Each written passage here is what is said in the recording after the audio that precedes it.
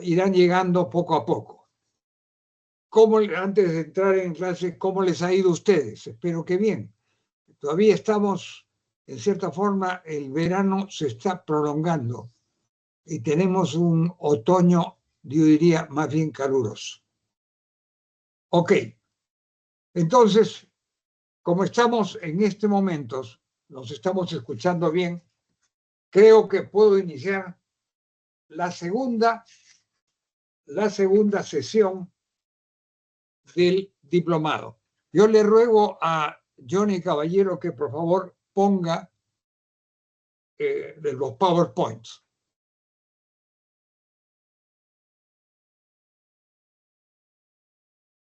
Johnny, ¿me estás escuchando?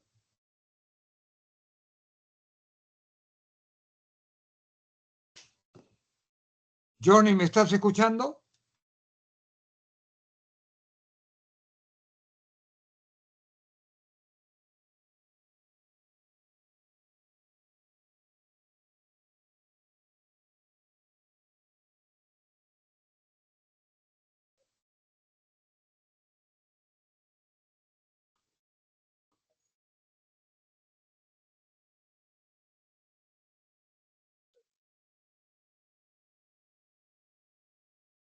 Johnny, por favor, ¿me estás escuchando por la pantalla?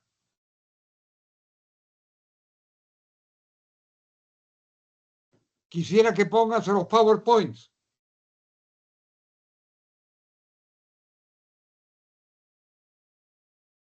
Ya, muchas gracias. Johnny, ¿me estás escuchando? Conforme. Entonces, entramos a la segunda sesión del Diplomado de Derecho Minero Ambiental. Vamos a la tercera lámina, por favor. Te ruego, Johnny, que la pases.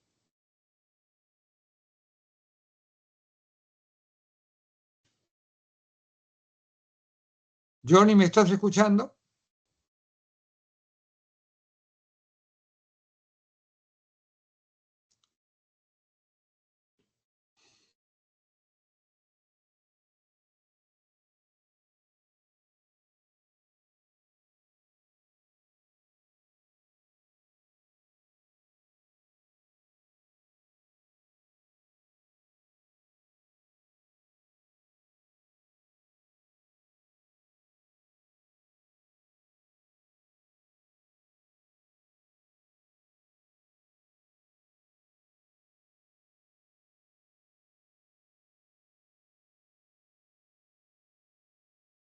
Ya, ¿me estás escuchando?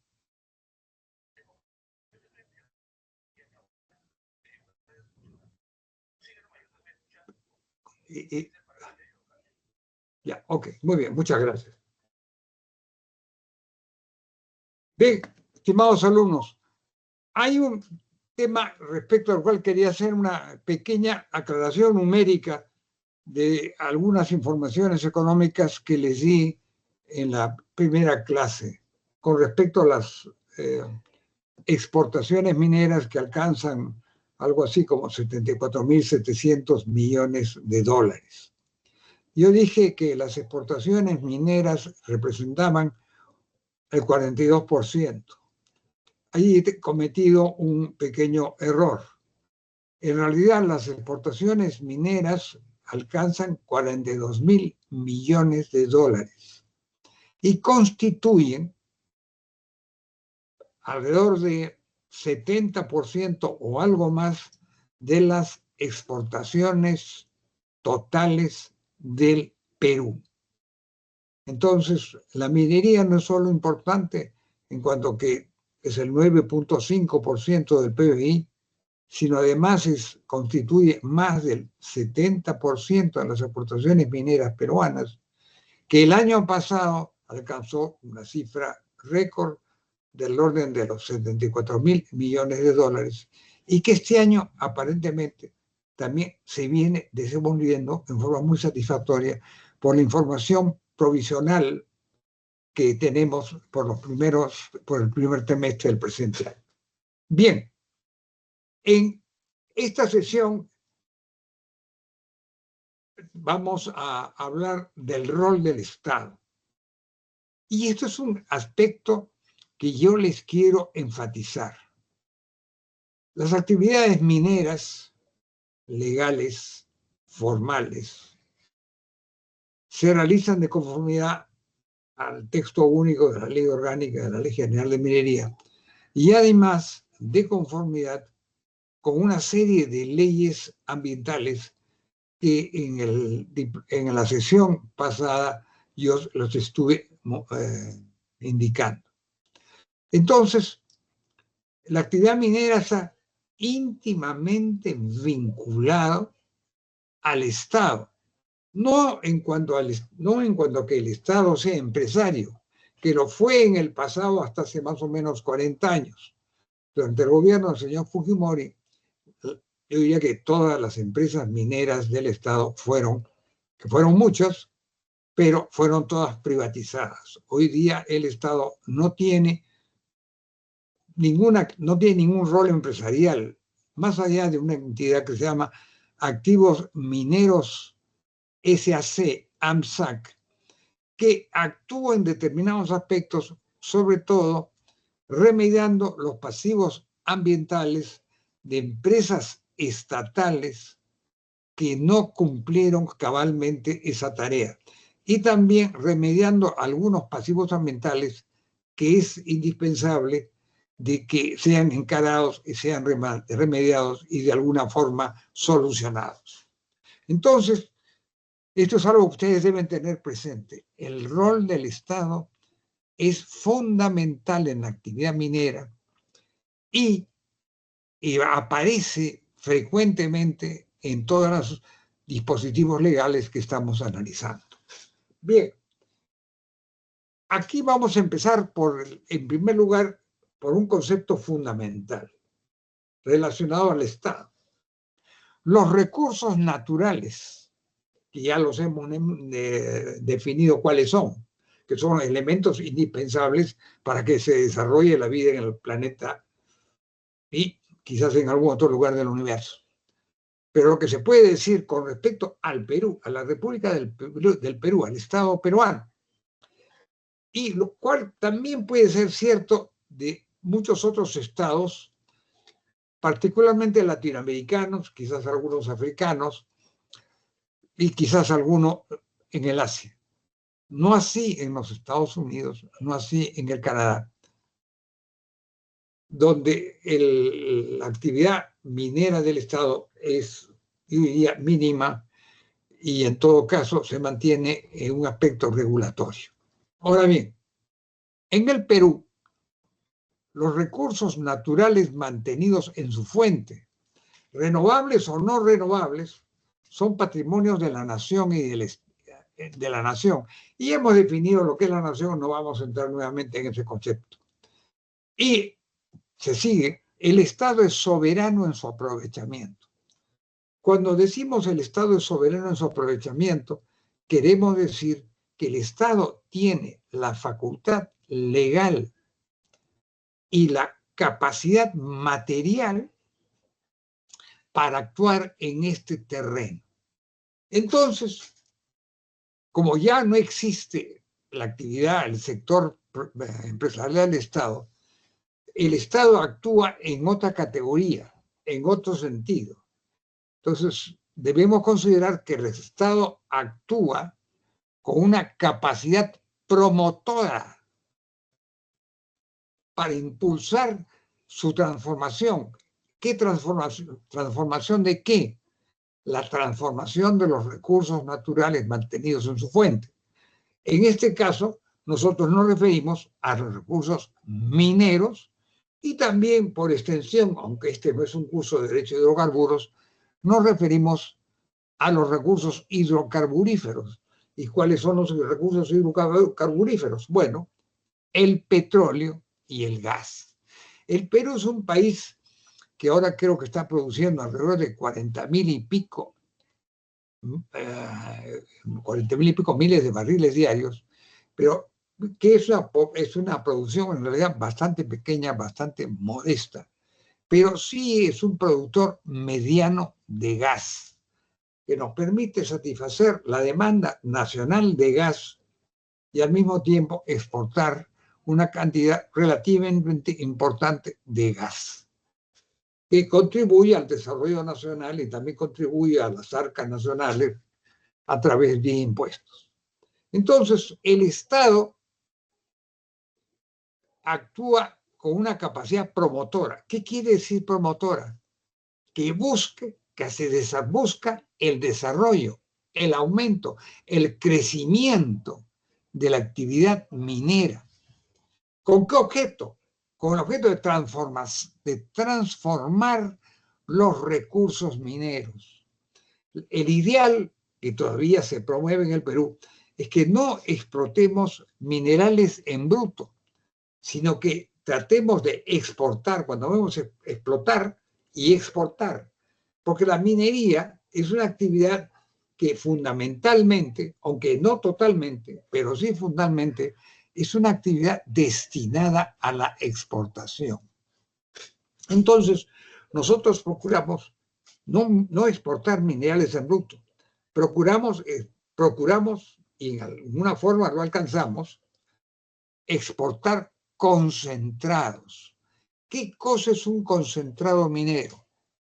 El concentrado minero es un mineral que tiene un porcentaje, y estoy hablando fundamentalmente de la minería metálica, que tiene un porcentaje de contenido metálico y que normalmente, tratándose de la minería metálica, está en aptitud de ir a una fundición para convertirse ya en un producto metálico casi puro y en muchos casos ir a la refinación, con lo cual se obtiene un producto metálico puro. ¿Dónde es que nosotros llegamos a tener un producto metálico puro que exportamos? Lo hacemos en el cobre, fundamentalmente en el cobre, con los llamados cátodos de cobre.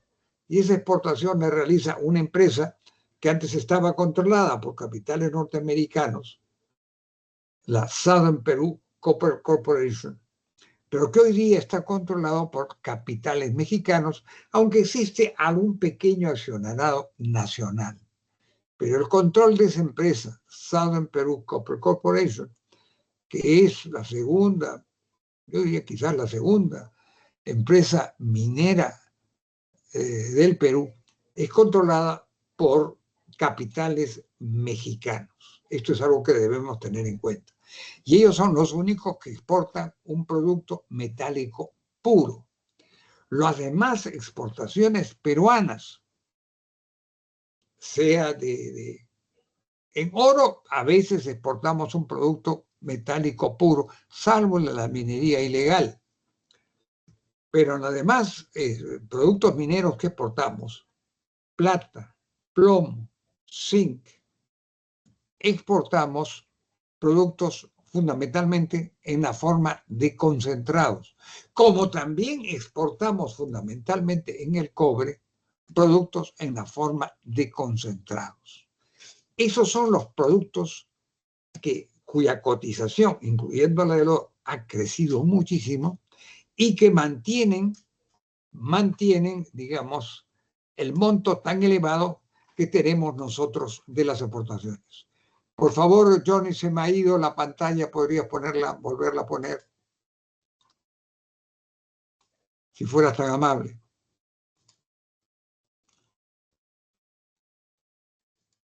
La primera pantalla número 1, todavía no he terminado. Johnny, ¿me estás escuchando? Te ruego que por favor me pongas bueno,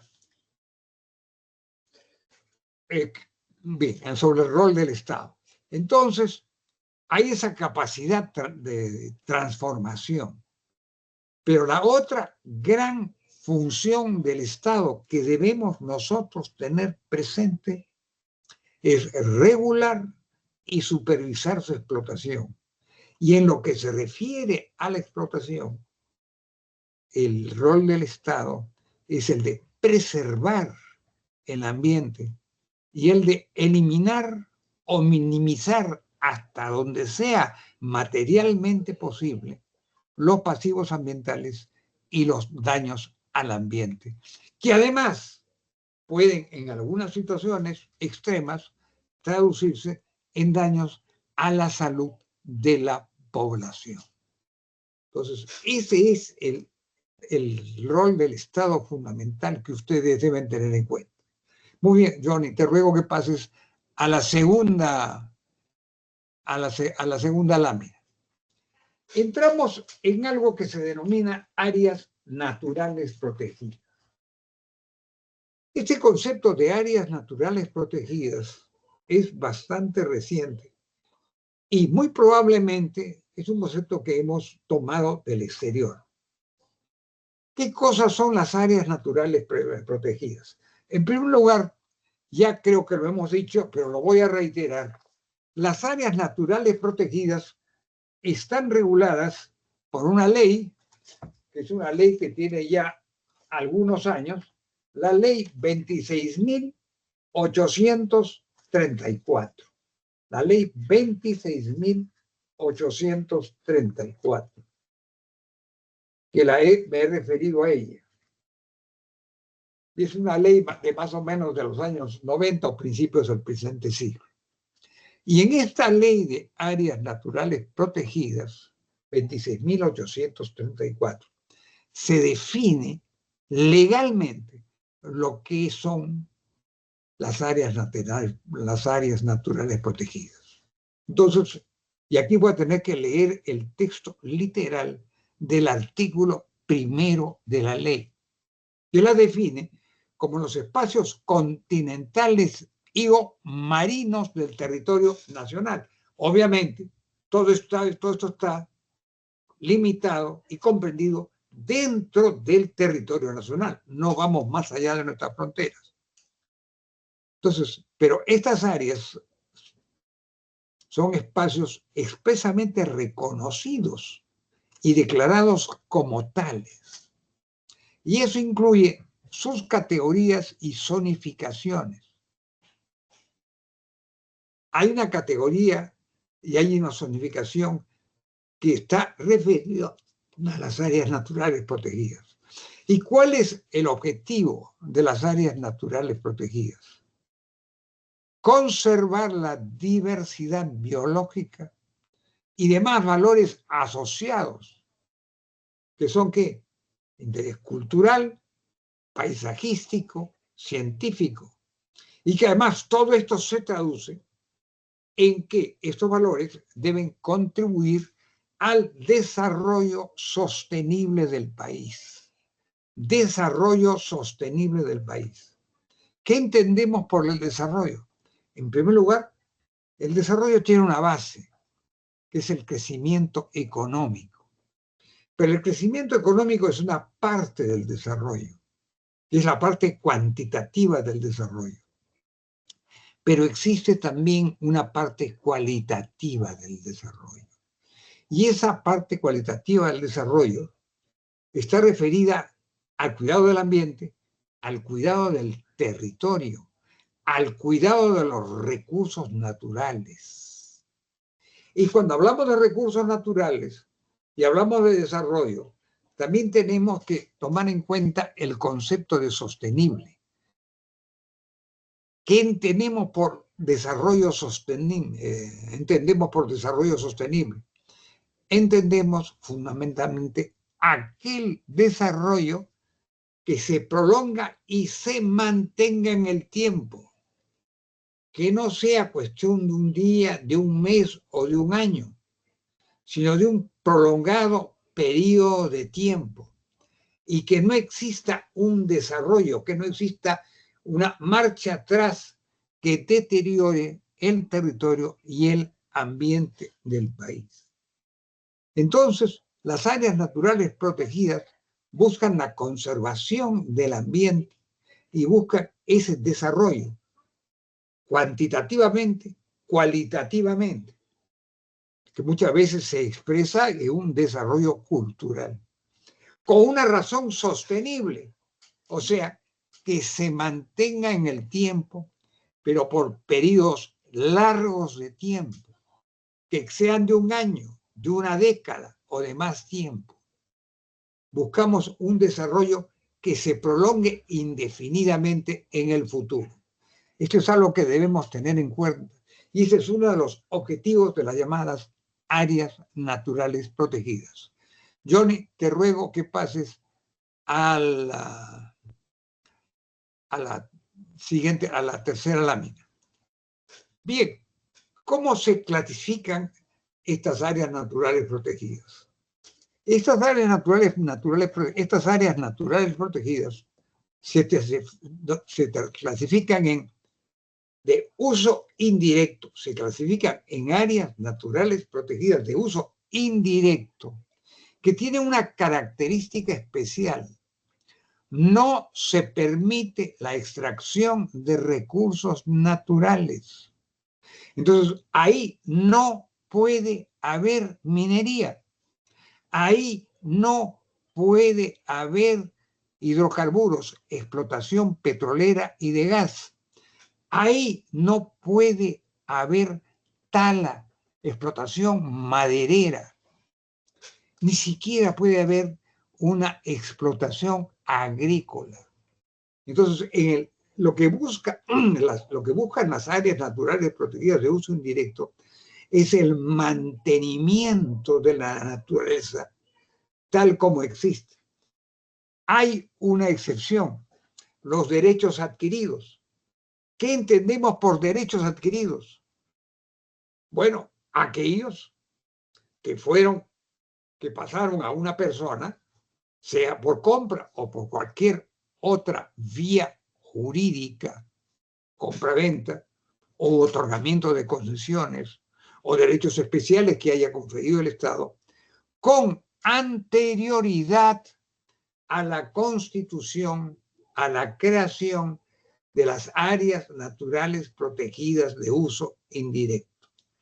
El efecto fundamental, ya se los he dicho, es que no se haga ninguna explotación minera, ni hidrocarburífera, ni minera, ni siquiera hidrocarburífera. Pero sí existe alguna excepción. Esta excepción está referida a la población local, a la población que estaba antes, a la población, si se quiere, campesina o si se quiere, indígena, que es un término que ya no se utiliza porque tiene una connotación, porque tiene una característica racista.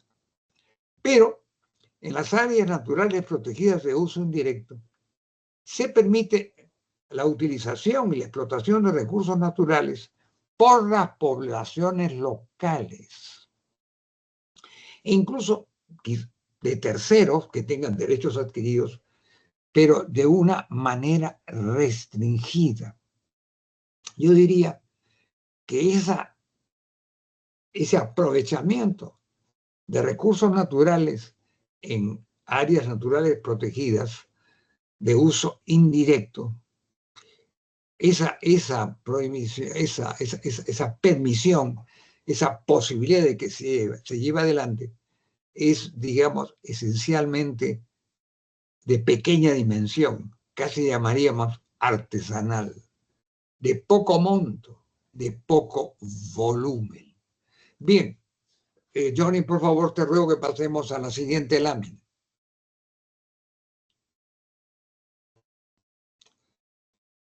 Seguimos con las áreas naturales protegidas de uso indirecto. ¿Cuáles son esas áreas naturales protegidas de uso indirecto? En realidad, básicamente son tres: los parques nacionales, los santuarios nacionales y los santuarios históricos. Y nuevamente les digo que ahí no pueden realizarse actividades de explotación de recursos naturales. Áreas territoriales, porque todo esto es territorial, porque se desarrolla dentro del territorio del Perú, a las que se debe agregar las respectivas zonas de amortiguamiento. ¿En qué consisten las zonas de amortiguamiento? Son zonas vecinas, aledañas, inmediatamente conexas, diría limítrofes, que tiene por objeto preservar el corazón, el núcleo fundamental del área nacional de uso indirecto. Sobre este aspecto, yo quería hacerles una observación. Esta situación legal puede tener a veces excepciones importantes.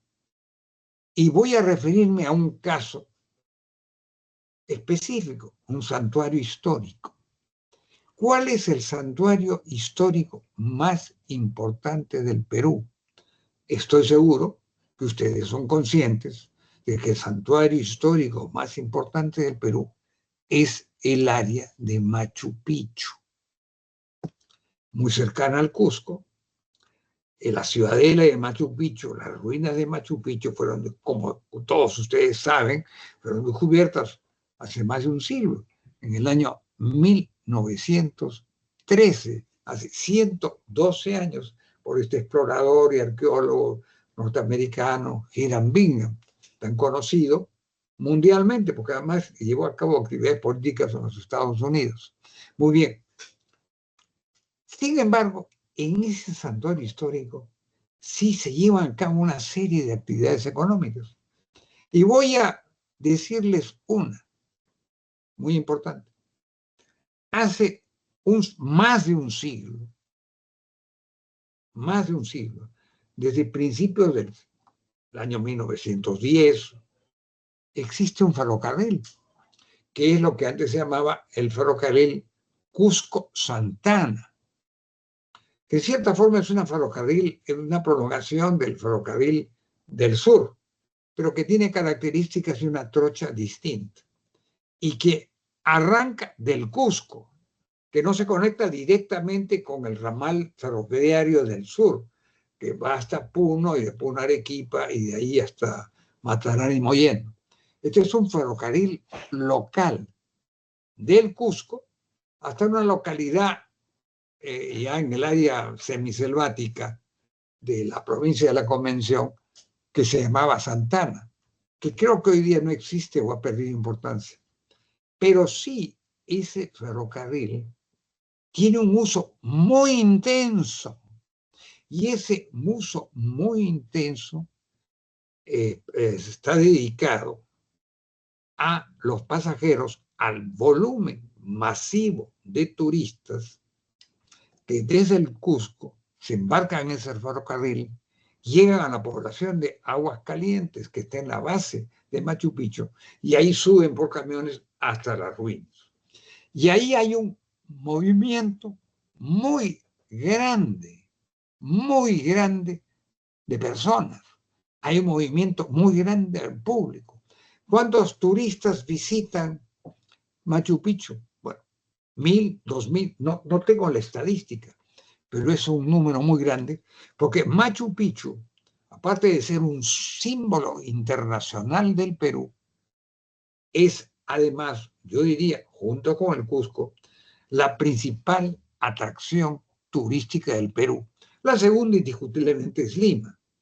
Pero el Perú es conocido internacionalmente por Machu Picchu y por el Cusco, y por la ciudad del Cusco y la zona aledaña del Cusco, el valle de Urubamba, la población de Ollantaytambo y todos los otros monumentos que estoy seguro que ustedes tienen conocimiento y estoy seguro que muchos de ustedes han estado. Yo personalmente he visitado esa zona varias veces. Muy bien, entonces ahí en esa zona, en ese santuario histórico de Machu Picchu, hay una utilización de transporte, hay una explotación turística de gran escala y además, frente a la montaña de Machu Picchu, frente al cerro donde está Machu Picchu, hay otro cerro donde existe una central hidroeléctrica. Y esta central hidroeléctrica se terminó de construir y entró en funcionamiento en el año 1958. O sea que hay más de 60 años de una explotación de un recurso natural, que es la energía hidroeléctrica, en esta zona, que es un santuario histórico, pero que en ese aspecto constituye una excepción muy importante. Yo les menciono esto porque el Perú no puede prescindir de la explotación de esa zona turística, histórica, cultural, que constituye el área de Machu Picchu, que sin duda alguna es un santuario histórico, y eso debemos tenerlo en cuenta. Vayamos a la siguiente lámina, por favor. Luego tenemos las áreas naturales protegidas de uso directo. Estas áreas naturales protegidas de uso directo no tienen la rigidez, con la excepción que les acabo de mencionar, pero sí tienen diversas restricciones en cuanto a la explotación de recursos naturales. La ley de recursos naturales de 26.834 es una ley muy técnica, es una ley muy prolija, es una ley muy detallada. Y entonces hay diversas categorías de áreas de uso directo. Son reservas nacionales, reservas paisajísticas, refugios de vida silvestre, reservas comunales, bosques de protección, cotos de caza. Y cotos de caza sabemos que tienen una utilización, porque en ellos se realiza la actividad deportiva de cazar. Y la actividad deportiva de cazar consiste en dar muerte a ciertas especies de animales, que en este caso están referidos exclusivamente a las aves, porque está estrictamente prohibido matar a cualquier otro tipo de animal. Los únicos animales que pueden ser cazados dentro de restricciones muy severas son las especies avíperas, o sea, las aves. Existen también las áreas de conservación regionales y por último también existen por lo menos teóricamente, no sé si en la práctica existen realmente las llamadas áreas de conservación privada. Pero en las áreas naturales de uso directo hay una característica.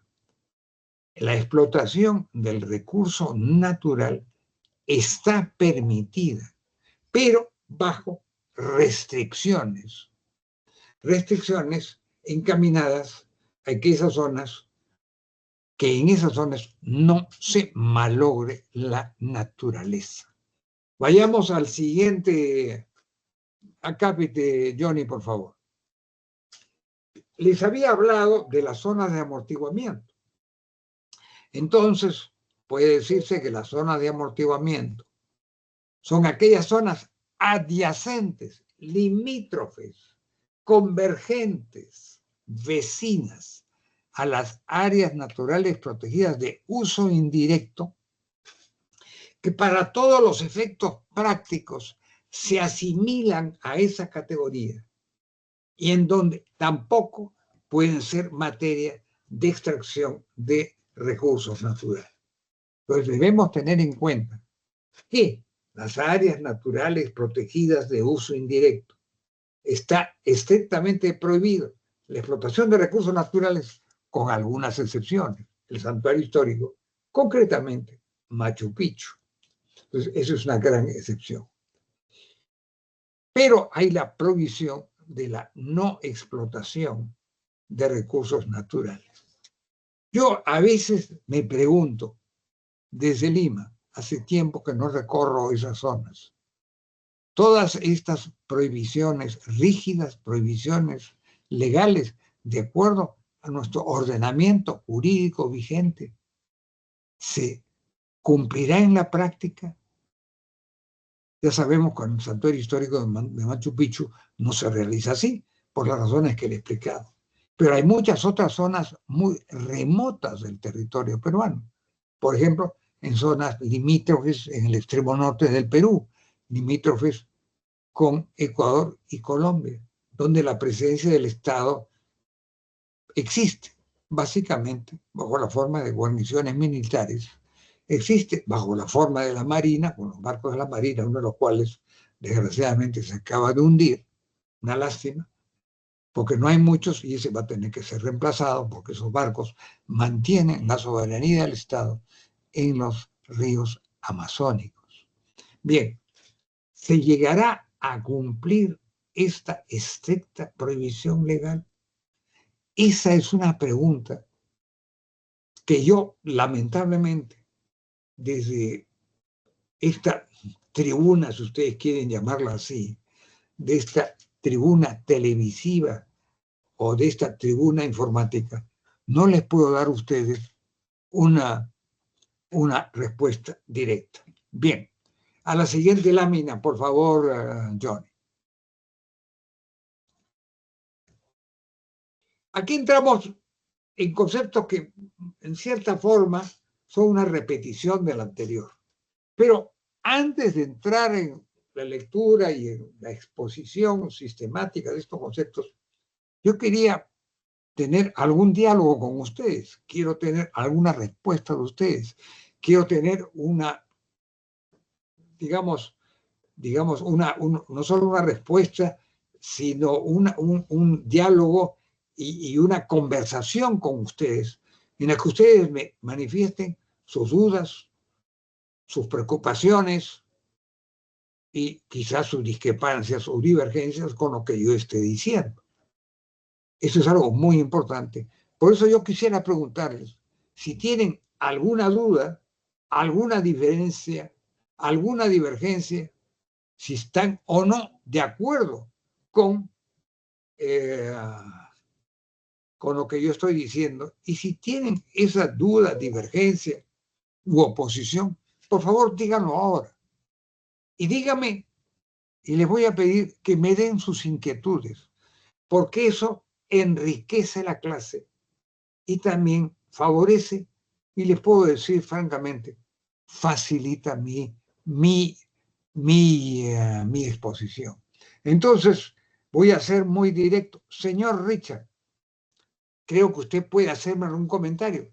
¿Tendría algún comentario que hacerme? Le ruego que me lo haga, en el sentido que fuere.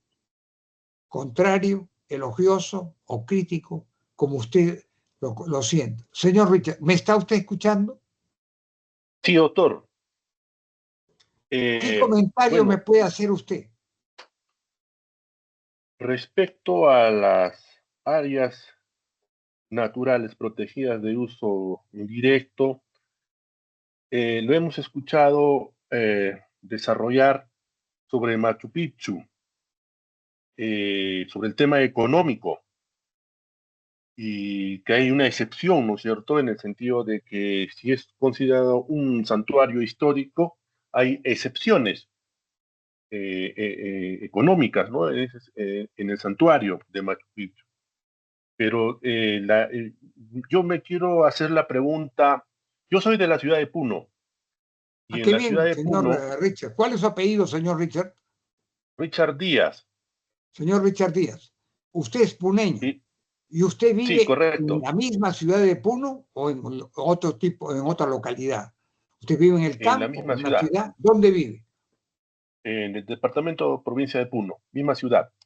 Ya. O sea, en la Ya, capital del departamento, sí, correcto. Entonces, a yo lo que quería, 3.900 metros de altura. Creo que esa es la altitud de Puno, ¿no es cierto? 1800, 3.800, ya. 1800, 3800, sí, correcto. Eh, eh, 3.800.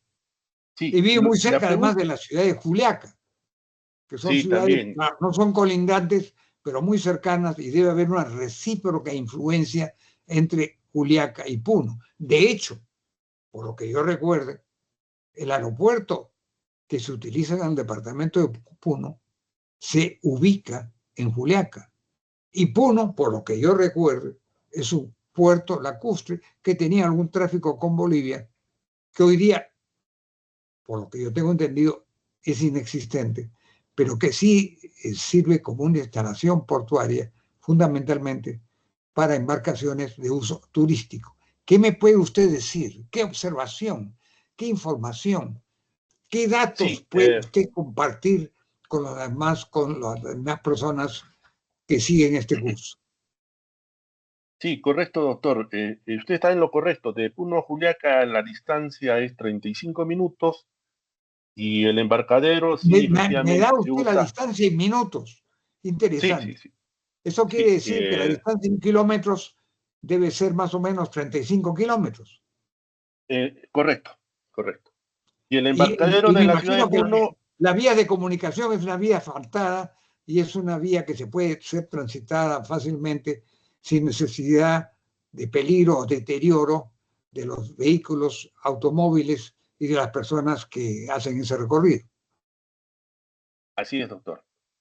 Entonces, mi pregunta es la siguiente. En Puno, sobre todo en la minería informal e ilegal que se tiene en la rinconada Ananea, ocasiona bastante contaminación ambiental por los usos indebidos de los materiales, contaminan a los ríos y por ende los ríos desembocan al lago Titicaca. Y eso es de mucho Y tiempo contaminan el atrás, lago. contaminan el lago, efectivamente. Y Puno es una ciudad turística, solo Puno, porque Juliaca es más comercial.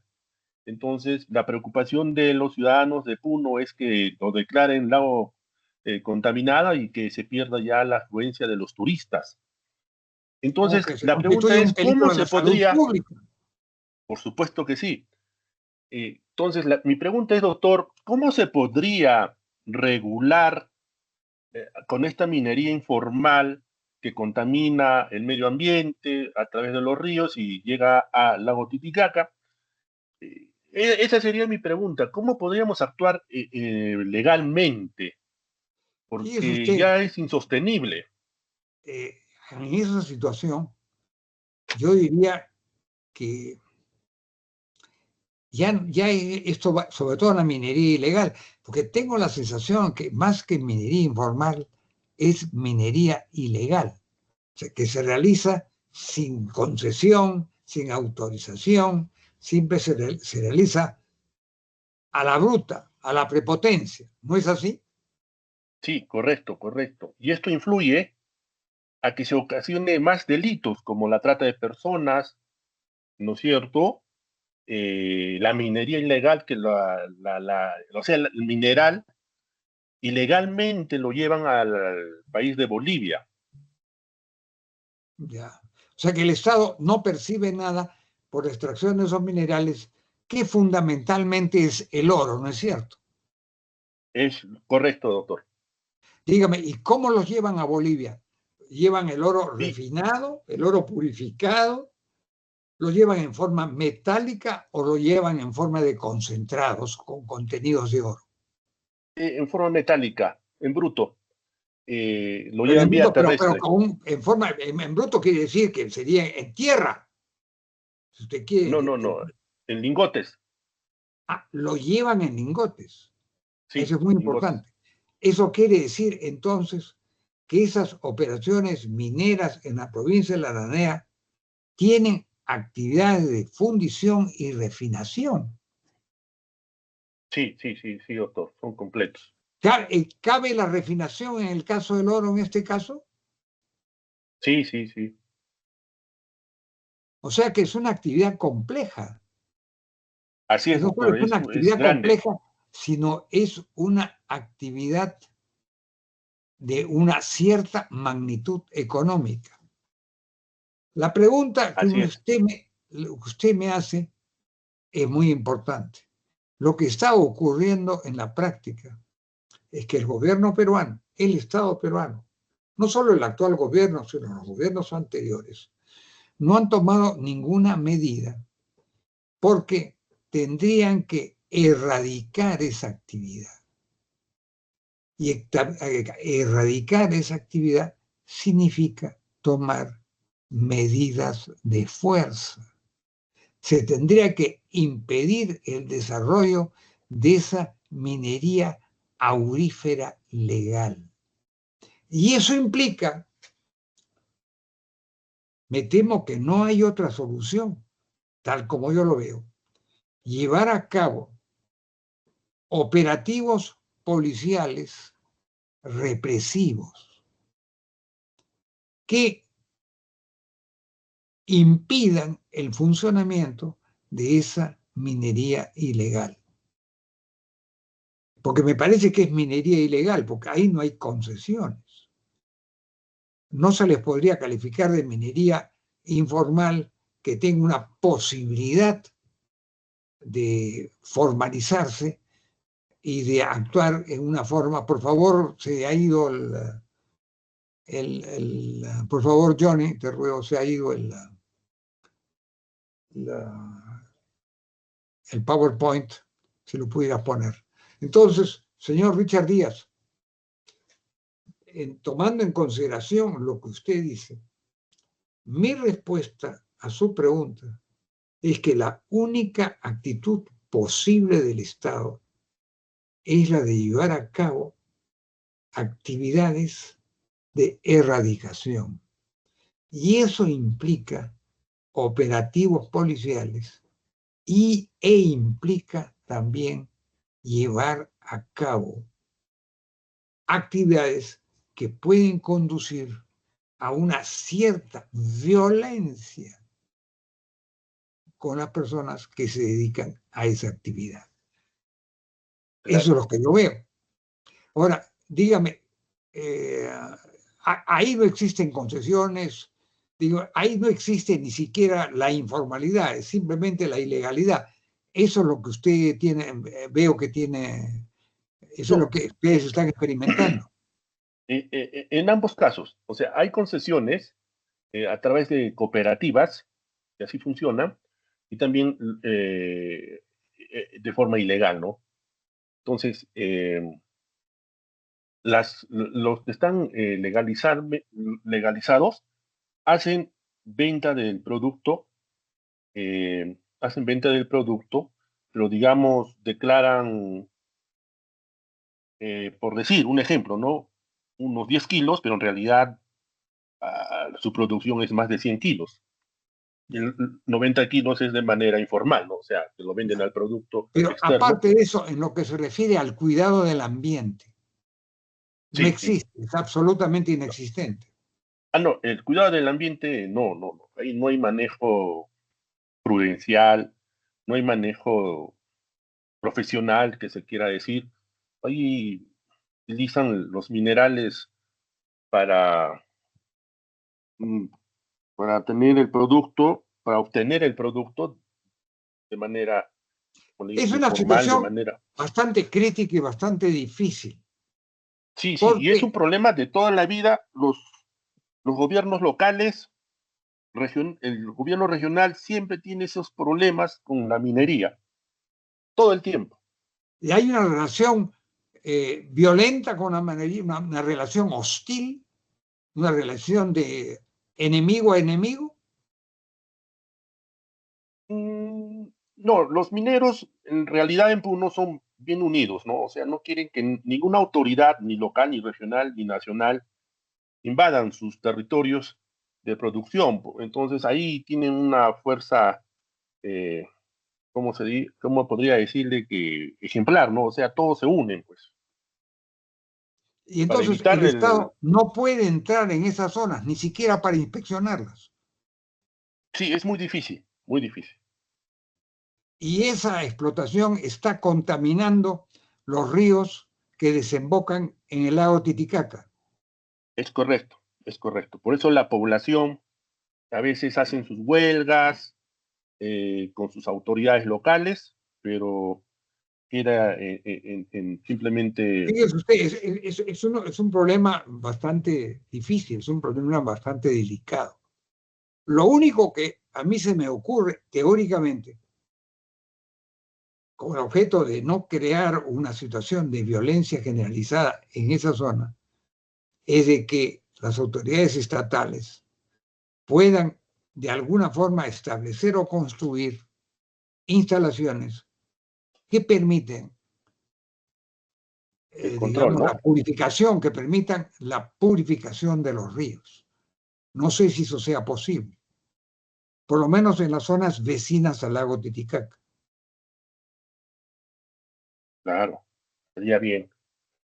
Yo más o menos sería de la idea de que, con esto termino, de que las autoridades nacionales pongan cartas en el asunto y que vean la posibilidad de formalizar a estos mineros informales y que comiencen a extraer el producto mineral, pero con las condiciones estándares mundiales para no contaminar el ambiente, ¿no? Menos los Para no, ríos. sobre todo, hay una contaminación en el territorio, Claro, en la tierra, así, en el suelo, el y subsuelo, y en el pero agua. sobre todo hay una contaminación en los cursos de agua. Sí, exacto. Yo ahí más me enfocaría que el gobierno central ingrese a formalizar a los mineros informales y capacitarlos y exigirles a la vez que usen los productos recomendables para evitar la Dígame, los contaminación ambiental. mineros informales, no hablo de los ilegales, los mineros informales, ¿se resisten a eso? Sí, claro que sí, o sea, no, claro que sí. Mucho se ha hablado, y le hablo en forma, mucho se ha hablado, por ejemplo, que el actual presidente del Congreso, el señor Salguana, es una persona que es representante congresista por Madre de Dios y que de una u otra forma tiene alguna vinculación con este tipo de minería. ¿Qué cosa podría usted comentar a usted extraoficialmente? Bueno, como se sabe, la minería informal tienen, ¿cómo se dice?, autoridades políticas elegidas por ellos para que los represente en el Congreso, para que no los perjudiquen en sus labores de extracción mineral. O sea, en otras palabras, para que los blinden, ¿no? Y eso también creo que eso está mal, o sea, Diga, deberíamos poner un... claro, dígame una cosa, en las elecciones regionales que se realizarán próximamente, en las elecciones, digamos, generales que se realizarán en abril del próximo año, y en las elecciones regionales que posiblemente se realicen a finales del próximo año, y que den lugar a la elección de las autoridades regionales de Puno. Estos mineros informales e ilegales tienen una representación política. El gobierno regional de Puno, en alguna forma, ¿cree usted que responde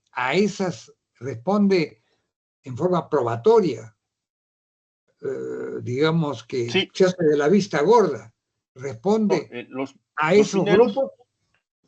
los mineros, doctor, déjeme explicarle, siempre están en la política. Ellos siempre colocan congresistas y hasta sus autoridades locales para que no los fiscalicen.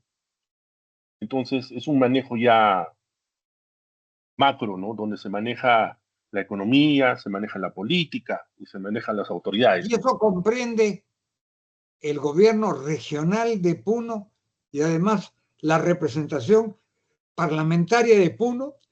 Le hago esta pregunta, porque yo tengo la impresión que puede ser equivocada, de que el grueso de la población no se encuentra en la Ananea, sino más bien en las zonas altas de Puno, en el altiplano, en la ciudad de Puno, en Juliaca, en Juli y en todas las ciudades que están bordeando el lago. Esas ciudades, de alguna forma, sufren el efecto dañino de esa actividad minera ilegal o informal. Los gobiernos regionales no pueden representar al público, a los votantes, a los electores que sufren esas consecuencias nocivas. Así es, doctor. O sea, toda la población ribereña, o sea, prácticamente toda la región, sufre los estragos de la minería, ¿no? Por la contaminación. Pero no existen, digamos, partidos políticos u organizaciones políticas de carácter regional, local, incluso nacional. Hay partidos nacionales que también tienen actividades, desarrollan actividades en Puno, que de alguna forma traten de poner coto, traten de limitar esta actividad devastadora al ambiente? Han tratado, pero los mineros, por la cantidad que son, más de 80.000,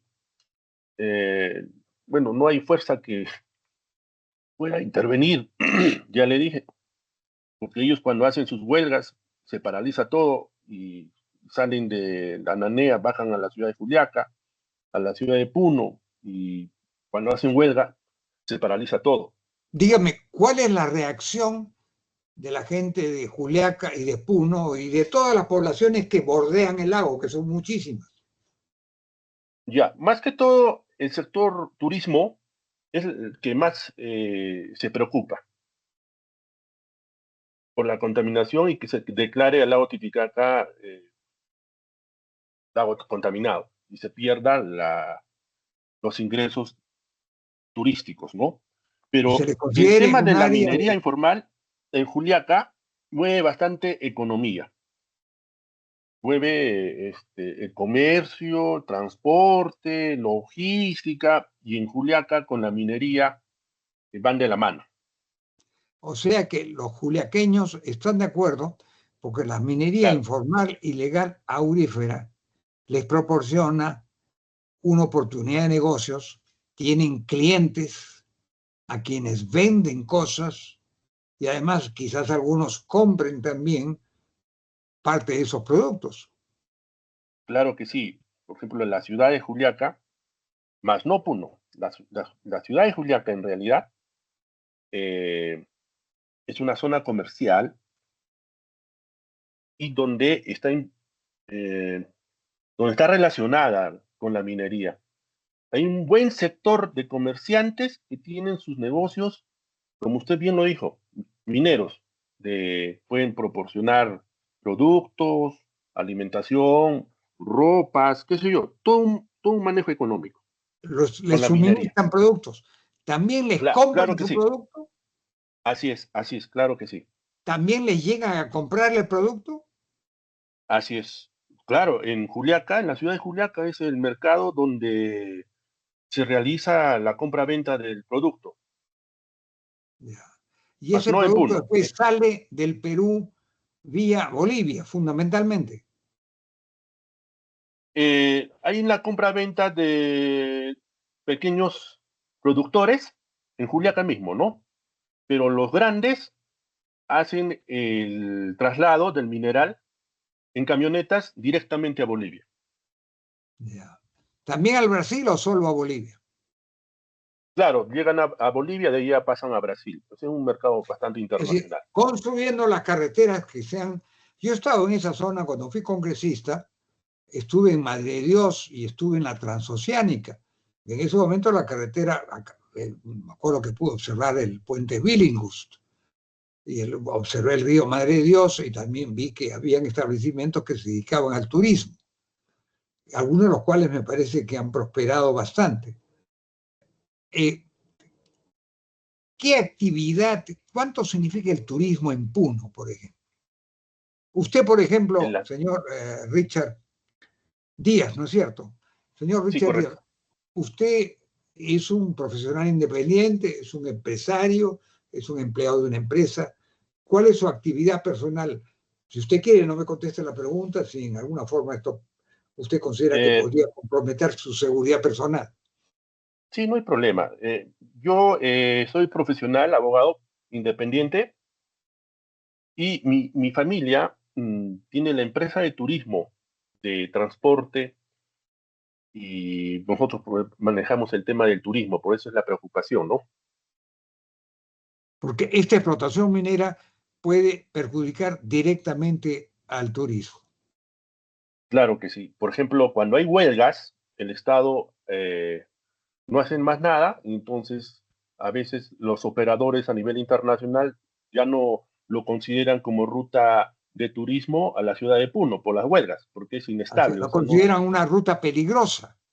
exactamente. Y entonces ese es el riesgo. Eso es uno. Dos es el tema de la contaminación, ¿no? O sea, que ya se hizo entender al gobierno central de que estamos en muchos riesgos y al lago Titicaca lo consideran lago contaminado. Ya. Y en Puno es donde Y se vive dentro del bastante del lago de turismo. Titicaca, en las zonas próximas a las orillas, no puede el Estado, a través del Ministerio del Ambiente o a través del Ministerio de Energía y Minas, o quizás a través de AMSAC, Activos Mineros SAC, AMSAC, Sociedad Anónima Colectiva. Dígame,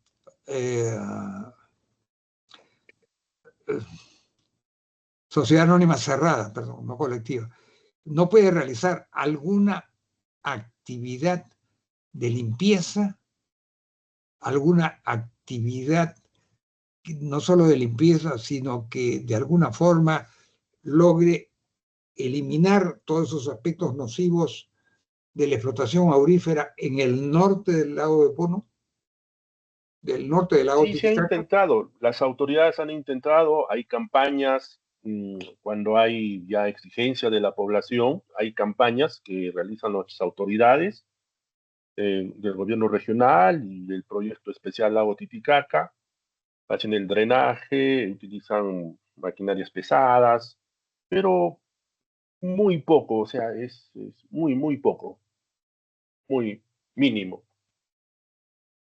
Bueno, me parece, señor Richard Díaz, yo le agradezco muchísimo su intervención. La verdad que ha sido enormemente ilustrativo lo que usted viene diciendo. Se lo agradezco infinitamente. Yo sospechaba esto, pero su testimonio de usted como abogado y también como parte de un grupo familiar que desarrolla actividades empresariales, turísticas y me imagino que también de transporte. Sí, transporte de turismo, Transporte vinculado al turismo. Bueno, claro que sí. yo le agradezco infinitamente la manifestación que acaba de hacer, porque sin duda alguna ha enriquecido mi conocimiento y creo que también enriquece el conocimiento de todos los integrantes de esta clase. Muchas gracias, señor Richard Díaz, muy amable de su parte. No, Quisiera gracias a preguntar si usted, hay doctor. algún Me otro gustaría, participante sí, profesor, que me que gustaría, tiene algo que decir. sí, siempre hay algo para decir.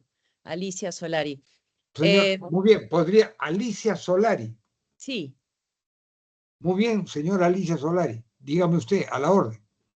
el aporte del compañero ha sido vital, pero me gustaría sumar algo a esta cosmovisión, que son dos aspectos importantes vinculados a la minería, que es la trata de personas y el narcotráfico. Mucho Usted de la... no es de Puno, me parece que es de Lima, ¿no es cierto? Bueno, yo soy uruguaya, pero hace 20 años que vivo en Lima. Creo que Pero tenemos conocidos en común, porque algún amigo mío me habló de usted. sí, puede ser, sí. Sí, puede ser que tenemos conocidos en común. Lo que pasa es que yo trabajé para OIM y estuve varias OIM, semanas en ¿qué cosa es OIM? Organización Internacional para las Migraciones. Y Ah, ya. entonces he estado varias semanas, por ejemplo, en Desaguadero. También realicé una consultoría para SUNAT sobre temas de insumos químicos en el año 2014. SUNAT, dice usted, SUNAT, SUNAT, sí, la SUNAT, Superintendencia Nacional de Administración Tributaria. sí, que ve el tema de fiscalización de insumos químicos. Ya. Y entonces pude identificar, por ejemplo, el contrabando de querosene para el narcotráfico, para la producción de pasta base de cocaína. Bueno, Entonces, usted sabe que dentro de las fronteras no hay contrabando. Usted se refiere a la venta de querosene, que es un derivado del al petróleo. ingreso, sí, el ingreso ¿De dónde ese querosene acaso viene del exterior o viene sí, de otras regiones del Perú? de Bolivia. Viene de Bolivia. Sí, Entonces sí se puede hablar de contrabando. exacto, exacto. Por eso Atraviesa mencioné la nuestra palabra. frontera. Y Sí. Bolivia, que tiene una gran escasez de recursos, de hidrocarburos, de gasolina, se da el lujo de contrabandear querosena al Perú. Eso lo identifiqué en el año 2014. Sí, en ese momento era la realidad que se veía y para el tema del narcotráfico. Por eso la incidencia en los temas, por ejemplo, cuando se dice hacer un operativo en La Rinconada, para cuando se quiso ver un operativo binacional con Bolivia para rescatar a las víctimas de trata, se pudo identificar que no había un soporte aéreo por los vientos para hacer un aterrizaje por helicóptero para poder ingresar a la Rinconada. Pero el tema del ingreso por tierra alertaría inmediatamente. Entonces, siempre se habló, desde que tengo conocimiento hace 20 años, de hacer una operación conjunta de liberación de víctimas. El estado de la Rinconada, desde el punto de vista de salubridad para las Dígame, ¿la personas. Rinconada está al norte del lago Titicaca? La Rinconada está geográficamente, la verdad que no sabría si es nor o noreste exactamente. De repente algún compañero con conocimientos, porque es una zona que no he ido. Sí conozco Desaguadero, Juliaca y la ciudad de Puno. Bueno, Desaguadero es el lado de la frontera de Bolivia. Sí, sí, Juliaca y ahí Puno están, digamos, al sur del lago sí, está Titicaca. al sur de Titicaca. Y en Desaguadero sí lo que se ve es la normalización de el ingreso y egreso de mercaderías, la población aymara y también, sobre todo, el tema de la característica de la población aymara hace de que existan controles en el puente, pero el contrabando pasa por el río. Entonces, un poco abonando lo que decía el compañero, no sé del tema del oro, pero imagino que también en temas de mercaderías pasa por ahí el oro por el río, a pesar de que los controles están fuertes en el puente. Pero lo que sí pude identificar desde el punto de vista social en un estudio es la normalización de este tipo de, digamos, traslado de mercancías de un lado al otro, y donde la población refiere la ausencia del Estado, por lo cual su economía es de supervivencia, en el sentido de que hacen eso porque ese es forma parte como de su cultura, su costumbre. Es Y hay digamos que es su única actividad económica posible para asegurar su supervivencia. y por eso tenemos que hablar de contrabando, tenemos que hablar de Bueno, cuando hablamos de un país a minería, otro ya existe contrabando. claro, No pero hay contrabando dentro de las fronteras del Perú, pero sí lo no, pero hay estamos y se hablando en trata de desaguadero. querosene que proviene de Bolivia, que Claro, me estamos llama la hablando, atención porque en Bolivia hay una gran escasez de recursos de gasolina, petróleo, etcétera, ¿no? y esto es, el tema es en desaguadero, estoy hablando de esa frontera específicamente, que es la que más he estudiado.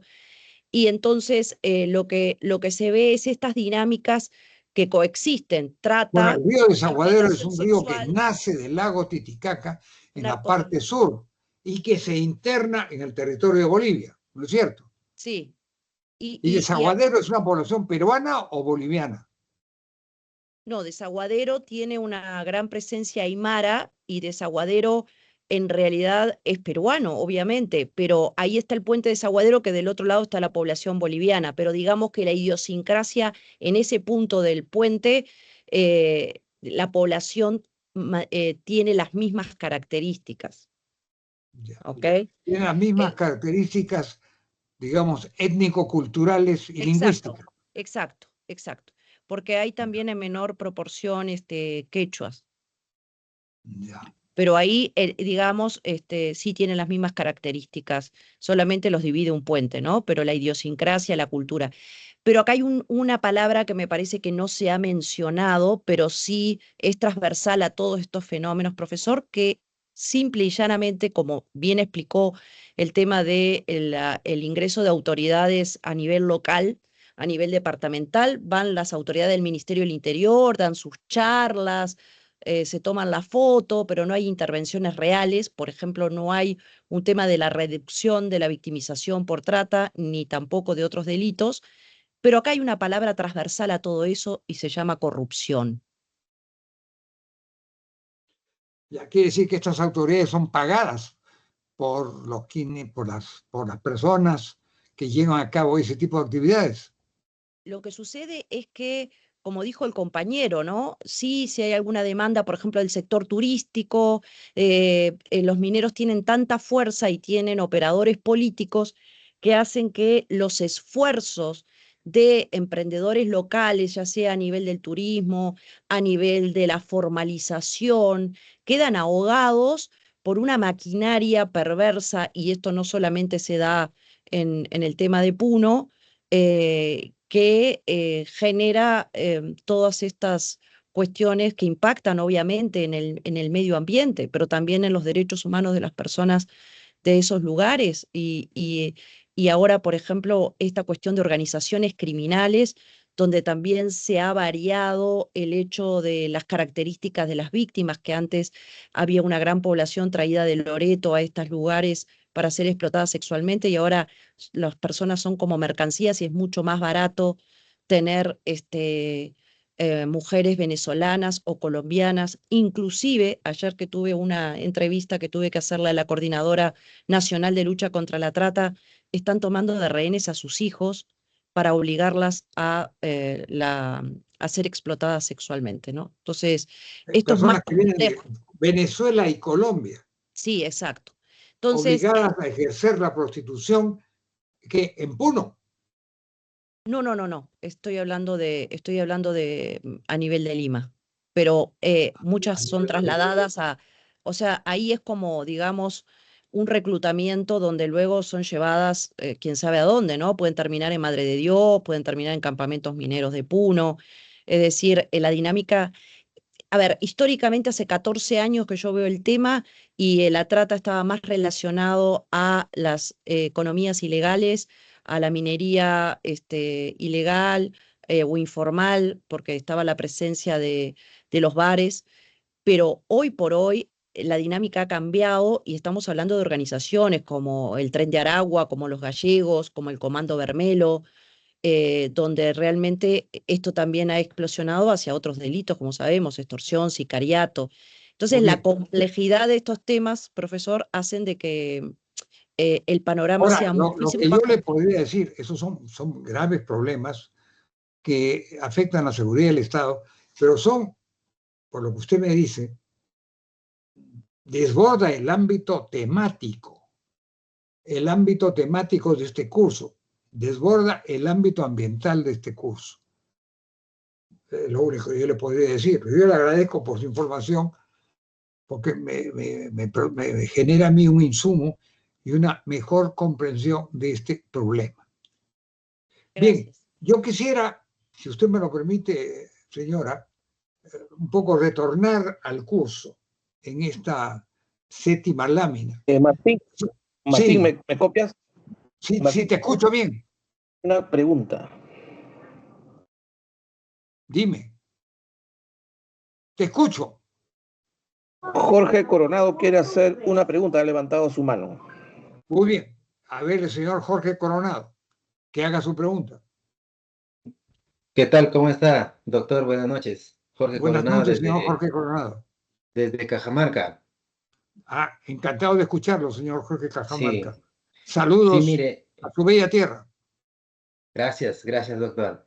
Sí, una consulta, mire, ve, nosotros somos de la zona de influencia de una empresa minera y recientemente hemos conseguido o nos han hecho llegar un documento donde a esta empresa minera lo penalizó la autoridad, la UEFA específicamente, con cierto número de UITs, ¿no? Ya. Entonces, ¿cuál era dentro de los que lo imputaba? Vertimiento de aguas ácidas al cauce natural y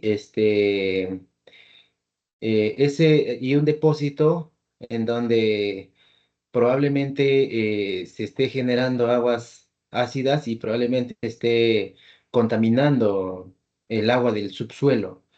Entonces, dentro de lo que ¿Usted presentó, puede indicar qué empresa minera es? ¿O sí, normal, Yanacocha, a minera Yanacocha?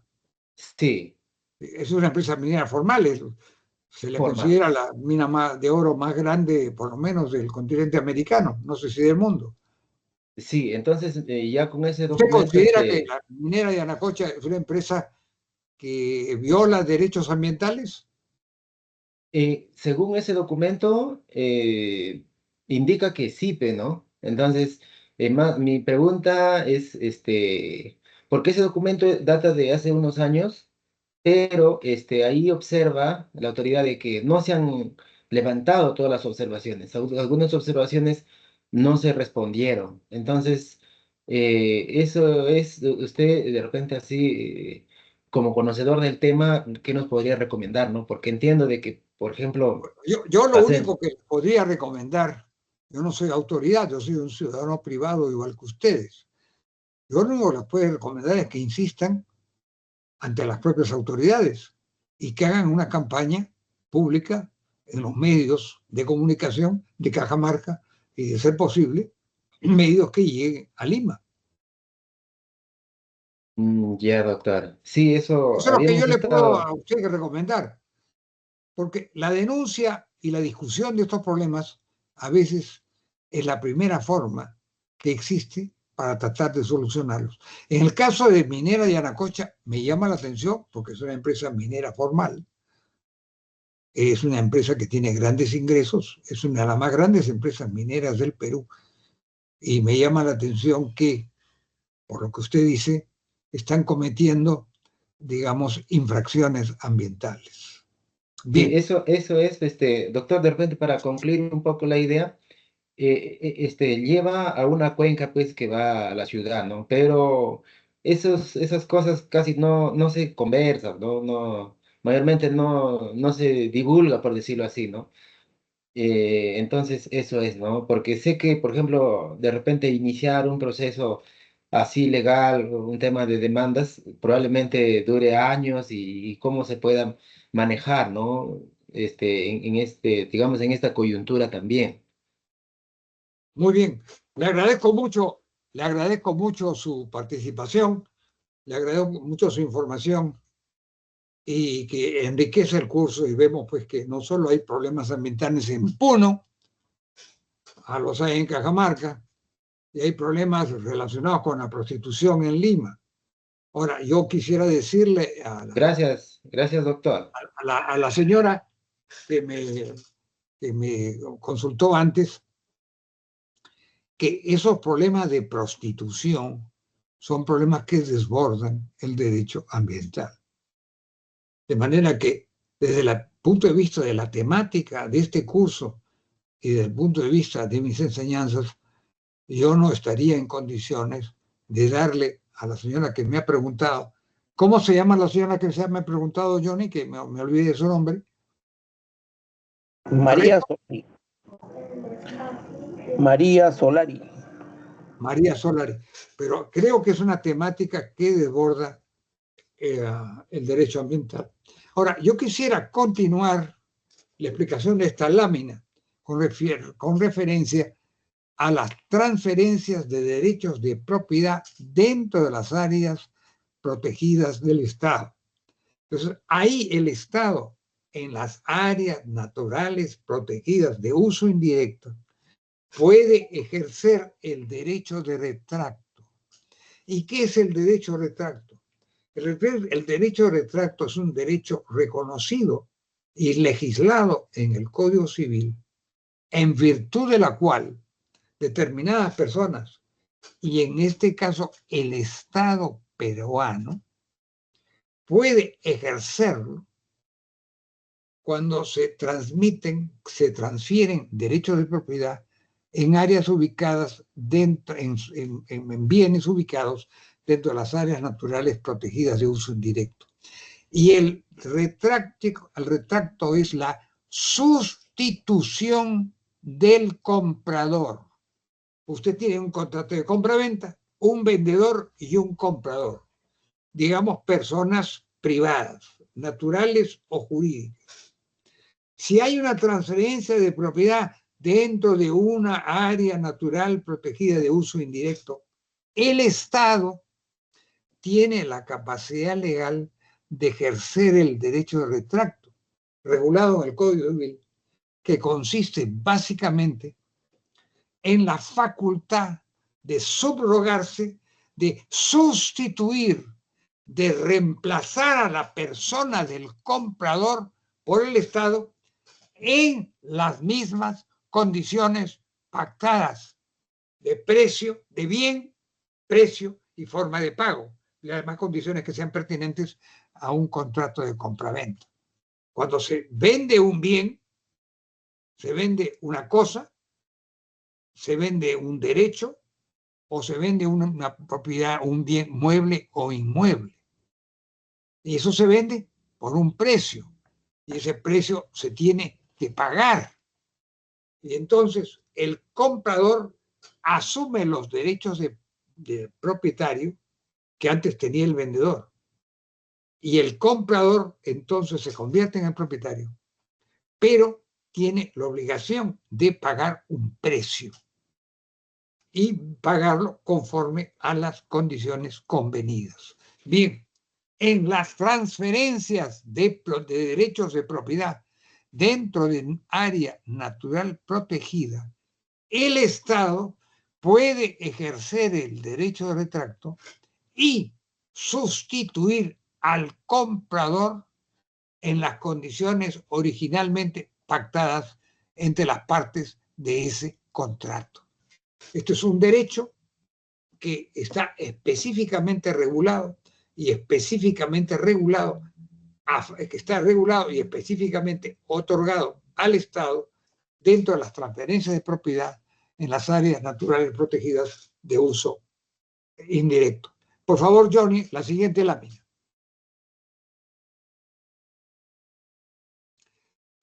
Aquí hablamos de los PAMAS. Y esto es un tema muy discutido y que ha tenido, digamos, muchísimas repercusiones. ¿Qué cosa es un PAM? Un PAM es un programa que contiene el diagnóstico ambiental, la identificación de impactos ambientales y la priorización de acciones e intervenciones necesarias para incorporar a las operaciones productivas los adelantos tecnológicos o las medidas alternativas que tengan como propósito reducir o eliminar las emisiones o vertimientos en la medida que excedan de lo que se llama límites máximos permisibles. Porque cuando hay un exceso de límites máximos permisibles, generalmente eso se traduce en un daño ambiental en la zona. Ahora bien, estos PAMAS, yo digo, están derogados para la minería. Ahí yo quisiera hacer una cierta rectificación. Los PAMAS no se aplican a la mediana y a la gran minería. Nosotros sabemos que la mediana y la gran minería fundamentalmente es aquella que se realiza en cuanto a producción minera metálica en exceso de los 350 toneladas métricas diarias. Hay otras mediciones para otro tipo de minerales no metálicos. Pero la pequeña minería es aquella que llega a este límite de 350 toneladas métricas diarias. Ahora bien, los PAMAS no son aplicables, no son legalmente aplicables a la mediana y a la gran minería. Los PAMAS hoy día solo son aplicables a la pequeña minería y en todo caso a los productores mineros artesanales. ¿Cuál es la pequeña minería? Es aquella que el titular tiene concesiones mineras que no exceden de 2.000 hectáreas, cuya producción minera metálica no excede de 350 toneladas métricas diarias. ¿Cuál es el productor minero artesanal? Son productores individuales. El pequeño minero puede ser una sociedad anónima, puede tener cualquier forma organizativa empresarial. Pero el pequeño minero, mejor dicho, el minero artesanal, generalmente pueden ser personas individuales, cooperativas e incluso quizás sociedades, pero que tienen un determinado límite. Tienen un límite territorial en cuanto a sus derechos mineros. Sus concesiones no pueden exceder de 1.000 hectáreas. Y Adicionalmente, su producción, en lo que se refiere a la producción minera metálica, no puede exceder de las 25 toneladas métricas diarias. Entonces, los PAMAS, estos programas de adecuación y manejo ambiental que tienen por objeto corregir, corregir daños ambientales, no son aplicables a la mediana y a la gran minería, pero sí son aplicables a la pequeña minería y a la minería artesanal. Y esta derogación viene fundamentalmente de un decreto que yo le he mencionado en la clase anterior, que es el Reglamento Minero de Protección Ambiental.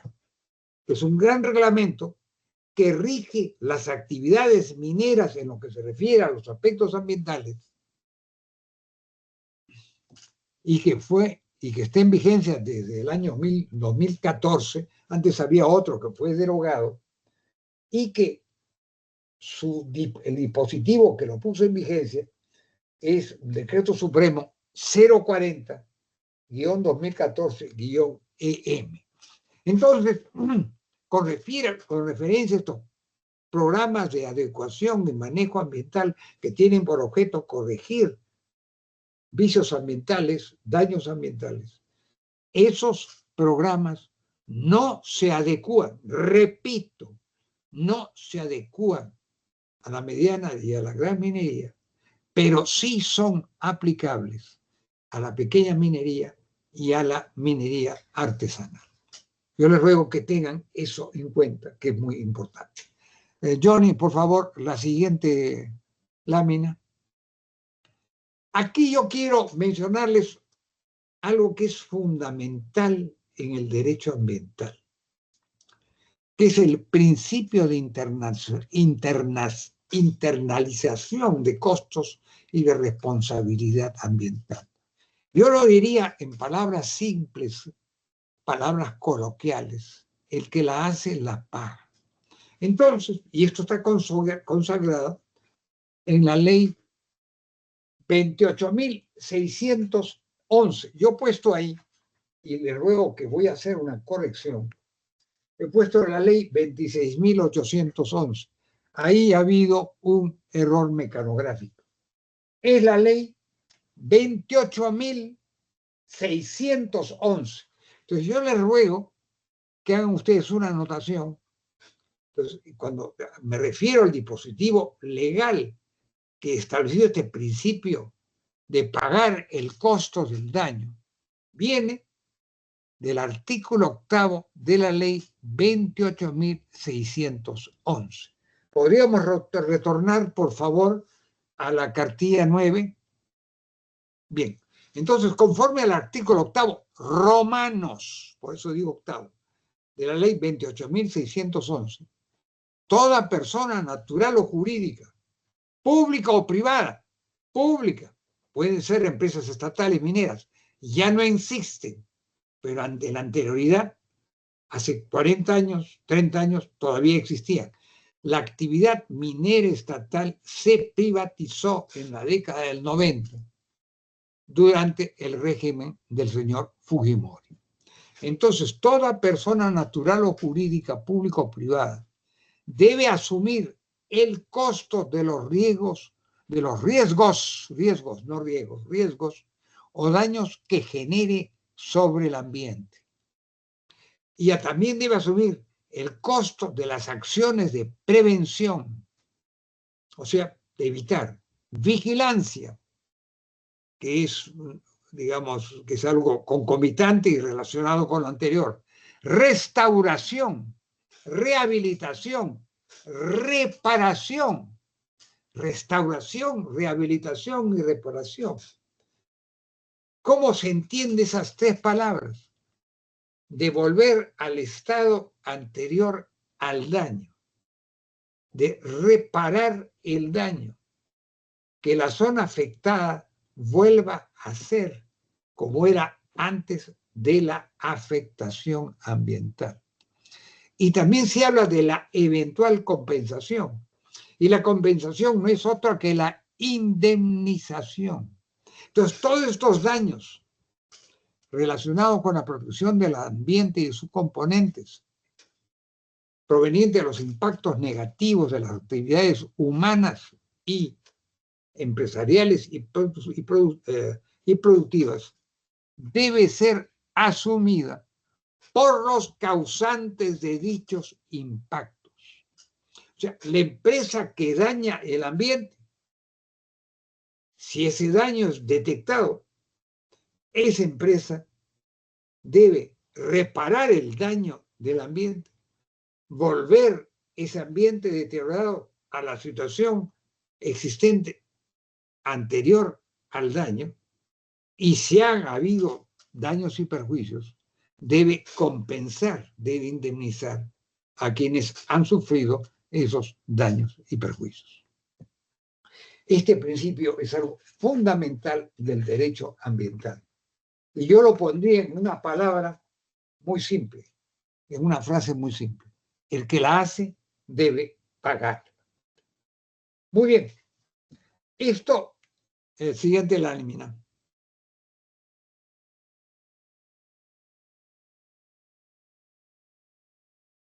Está reiterado en otra ley. Aquí quiero hacer la misma anotación anterior. Es la ley 28.611. 28.611. Mi querido Johnny, si pudieras corregir. 28.611. O sea que este dispositivo de que el causante del daño debe no solo repararlo, sino además es susceptible de ser indemnizado para quienes hayan sido perjudicados por ese pasivo ambiental. Entonces, este dispositivo ha sido reiterado en el artículo 74 de la ley 28.611, que a la letra dice: el titular de operaciones es responsable por las emisiones. Las emisiones pueden ser de gas o de agua, es lo que fluye de la operación. De los efluentes también es el agua que sale o el gas que sale o aquello que sale incluso en sustancias sólidas de las operaciones. Descargas, algo que puede terminar en un río, en un curso fluvial, en un curso de agua. Entonces,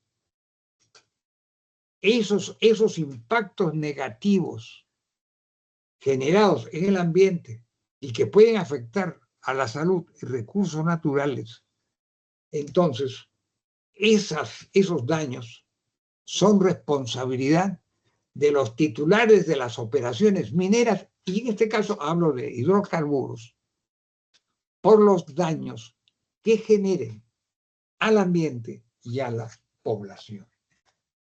Con eso termino esta clase y les agradezco a los alumnos por el rico diálogo que yo encuentro que ha sido estupendo en lo que se refiere a la temática de la información brindada por los alumnos. Han transcurrido cerca de 100 minutos, que yo creo que es el tiempo máximo que conviene en que se prolongue una clase. Con esto, yo nuevamente les agradezco su presencia. A las personas que han intervenido y han manifestado sus opiniones, sus preocupaciones, sus inquietudes, les agradezco esa manifestación. Y considero, además, que esas opiniones enriquecen la clase en cierta forma y definitivamente enriquecen mi conocimiento. Muy buenas noches y hasta el próximo lunes de la próxima semana, a las 7 de la noche. Muy buenas noches y que tengan todos ustedes un estupendo fin de semana. Hasta luego entonces. Buenas noches.